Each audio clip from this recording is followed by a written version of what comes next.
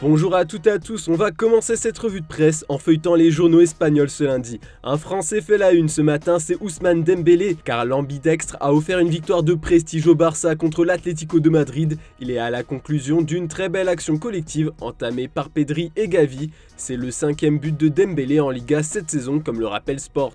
Et cette rencontre fait jaser à Madrid. Marca et As sont déçus par la prestation des Colchoneros, surtout que ça laisse le champ libre au Barça en tête de la Liga.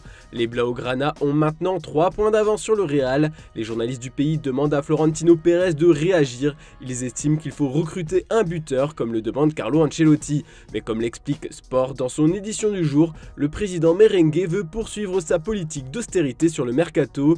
Il ne devrait donc pas y avoir de renfort cet hiver. On prend la direction de l'Italie, la course au Scudetto fait vibrer les journalistes du pays. La 17e journée de Serie A offrait une belle affiche ce dimanche. L'AC Milan ouvrait les portes de San Siro à l'AS Roma. Les Milanais peuvent nourrir beaucoup de regrets contre les Romains, car après avoir mené 2-0, ils ont vu les hommes de Mourinho recoller au score dans les toutes dernières minutes. Un match nul qui inquiète la Gazzetta dello Sport, qui se demande ce que fait l'AC Milan, qui laisse échapper 2 points précieux et laisse surtout filer encore plus le Napoli en tête. D'ailleurs, les Partenopei n'ont pas tremblé hier soir face à la Sampdoria, une victoire 2-0 qui permet à l'équipe de Spalletti d'avoir 7 points d'avance sur ses concurrents. Personne ne semble pouvoir arrêter la machine napolitaine. Enfin, pour le quotidien Tuttosport, la Juve qui vient d'enchaîner 8 victoires de suite est prête à faire tomber le leader de Serie A vendredi prochain. On part en Angleterre car la FA Cup nous a offert une affiche de rêve hier soir, un Manchester City-Chelsea. Si on s'attendait à un match serré, eh bien on s'est complètement trompé. Ce fut une véritable promenade de santé pour les Citizens qui ont écrasé les Blues 4-0. Mahrez a inscrit un doublé, mais c'est surtout Foden qui fait la une de tous les tabloïds du pays. L'assassin bleu, comme l'appelle le Daily Express, a fait étalage de son talent ce dimanche. Et cette lourde défaite a des conséquences pour Chelsea, enfin surtout pour son coach Graham Potter, comme on peut le lire dans le Daily Mail et The Sun. À la fin du choc, les supporters des Blues ont entonné des chants à la gloire de leur ancien entraîneur Thomas Tuchel, remplacé par les nouveaux propriétaires par Graham Potter en septembre dernier. Pour le Daily Star, les supporters réclament clairement le retour de l'Allemand à la tête de l'équipe. Humble et lucide, Potter a avoué en conférence de presse comprendre la frustration des fans. Puis pour être bien complet sur l'actualité sportive au pays de Sa Majesté, on apprend ce matin dans plusieurs médias anglais que Qatar Sport Investment, propriétaire du Paris Saint-Germain, voudrait racheter un club anglais. Selon le média Sky Sport, Nasser Al-Khelaifi s'est entretenu avec le boss de Tottenham, Daniel Levy, la semaine dernière à Londres. Ce serait donc le club londonien qui intéresse le Qatar. On va feuilleter nos chers quotidiens régionaux maintenant. La Coupe de France a intéressé bon nombre d'entre eux, à commencer par Nord-Éclair, qui est très satisfait de la prestation de Lille contre 3. L'aventure continue pour le LOSC grâce à une victoire nette et sans bavure 2-0. Puis l'AC Ajaccio a su surmonter le piège de Jura Sud en battant l'équipe de National de 2-1. Vous l'avez compris, par rapport à samedi, il y a eu peu de surprises ce dimanche sur les pelouses françaises. Le stade de Reims n'a fait aucun cadeau aux amateurs de Loun Plage 7-0. Lorient a écrasé l'équipe de Hérin, la Châtaigneraie 6-0.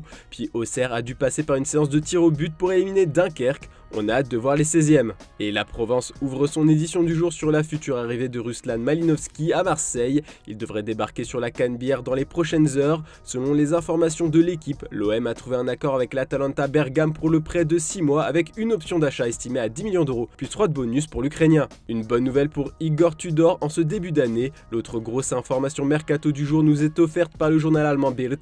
D'après le quotidien, Newcastle rêve toujours de faire signer Moussa Diaby cet été pour créer un duo de feu avec Alan Saint-Maximin.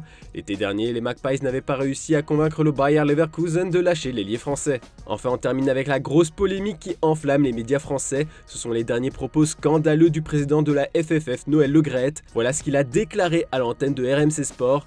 Zidane au Brésil, j'en ai rien à secouer, il peut aller où il veut, dans un club, sélection, j'y crois à peine en ce qui le concerne, je ne l'aurais même pas pris au téléphone pour lui dire de chercher un autre club, faites-lui une émission spéciale pour qu'il trouve un club ou une sélection, inacceptable, titre l'équipe ce matin. Maintenant, Le Graët fait face à un déferlement de critiques sur les réseaux sociaux, tout le monde se range du côté de Zinedine Zidane, et l'homme qui a le plus mis le feu aux poudres sur Twitter, c'est Kylian Mbappé qui dégomme son président avec une déclaration choc, comme vous pouvez le lire. D'autres grandes gloires de l'équipe de France l'ont suivi, Franck Ribéry et Djibril Cissé. Le clan du président s'est défendu ce matin en assurant qu'il a de très bons rapports avec Zidane.